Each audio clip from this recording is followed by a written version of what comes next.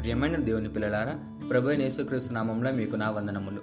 ఈరోజు దేవుడు మనతో ప్రార్థన గురించి మాట్లాడుతున్నాడు. ప్రార్థన అనేది మన ఆత్మకు ఆహారం, మన ఆత్మకు ఆక్సిజన్ లాంటిది. మనం దేవునితో మాట్లాడడానికి, మన మనసు ఆయన ముందు ఉంచడానికి ఇచ్చిన ఒక గొప్ప వరం. యేసయ్య మనకు ఒక ప్రత్యేకమైన పాఠం చెప్తున్నాడు. అది మనుషుల చూపు కోసం కాదు, దేవునితో వ్యక్తిగతంగా హృదయపూర్వకంగా ప్రార్థన చేయాలి అని. ఈరోజు దేవుని వాగ్దానము మత్తయి సువార్త 6వ అధ్యాయం 6వ వచనము. మత్తయి సువార్త 6వ అధ్యాయం 6వ వచనం వాక్యం ఇలా ఉంది: నీవు ప్రార్థన చేసినప్పుడు నీ గదిలోనికి వెళ్ళి తలుపు వేసి రహస్యమందున నీ తండ్రికి ప్రార్థన చేయము. అప్పుడు రహస్యమందును చూచి నీ తండ్రి నీకు ప్రతిఫలం ఇచ్చును అని. ఈ వాక్యంలో యేసయ్య మనకు చెప్తుంది, ప్రార్థన అనేది దేవుని ముందర మన హృదయాన్ని సత్యంగా ఉంచే సమయం.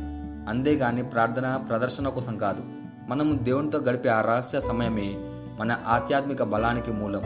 దేవుడు రహస్యంగా చేసే మన ప్రార్థనలను చూస్తాడు మరియు మనకు బహిరంగంగా ప్రతిఫలం ఇస్తాడు. దీనికి ఒక గొప్ప ఉదాహరణ యోబు తన పిల్లల కోసం ప్రతిరోజు తెల్లవారుజామున లేచి వారేమైనా తప్పు చేసి దేవుని హృదయాన్ని నొప్పించారా అనే ఆలోచనతో ప్రతి ఒక్కరి కోసం ఒక్కొక్క గొర్రె పిల్లను బలిగా అర్పించేవాడు. ఆయన ప్రార్థనలు, ఆ బలులు అంత రహస్యంగా దేవుని ముందుకు చేరేవి. కానీ దేవుడు యోబు నీతిని గురించి బహిరంగంగా సాక్ష్యం చెప్పాడు. అలాగే దానియేలు బబులోనులో ఉండగా దానియేలు రోజుకు 3 సార్లు తన గదిలోనికి వెళ్ళి ప్రార్థన చేసేవాడు. ఆ ప్రార్థనల కారణంగా అతను సింహాల గుహలో పడినా దేవుడు అతన్ని రక్షించాడు. అతను దేవునితో వ్యక్తిగత సంబంధాన్ని కాపాడుకున్నాడు. కాబట్టి దేవుడు దానియేలును బహిరంగంగా హెచ్చించాడు. ఈ వాగ్దానాన్ని మన జీవితానికి ఎలా తీసుకోవాలంటే, మొదటిగా మనం కూడా ప్రతిరోజు దేవునితో ఒంటరిగా గడపడానికి ఒక ప్రత్యేకమైన సమయం కేటాయించాలి. రెండోదిగా, ఇతరులు వినడం కోసం కాదు, దేవుడు వినడం కోసం ప్రార్థన చేయాలి. మూడవదిగా, మన కుటుంబం, మన పిల్లలు, మన చుట్టుపక్కల వారి కోసం మౌనంగా హృదయపూర్వకంగా ప్రార్థన చేయాలి. నాలుగవదిగా, మన హృదయం నిజాయితీగా భక్తితో ఉండాలి. ఈ వాగ్దానాన్ని స్వతంత్రించలాగా మనం ప్రార్థన చేద్దాం.